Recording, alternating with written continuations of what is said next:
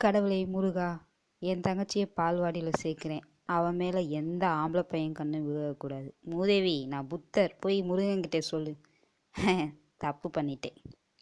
லலா லலா. பொத்தி பொத்தி வளர்க்காத பிள்ளை மேகலை, அதனால் அதுக்கு வெக்கமே இல்லை. எப்படி ஆடுது பார்த்தீங்களா? லலா லலா. அவள் எனக்குத்தான், அவள் எனக்கேத்தான். நான் தான் அவள் வகுப்பு தோழன்.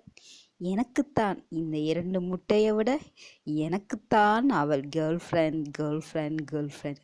என்னம்மா ஆடுறா, வளைச்சு வளைச்சு ஆடுறா. கண்ணப்பாரு, சிரிப்பப்பாரு.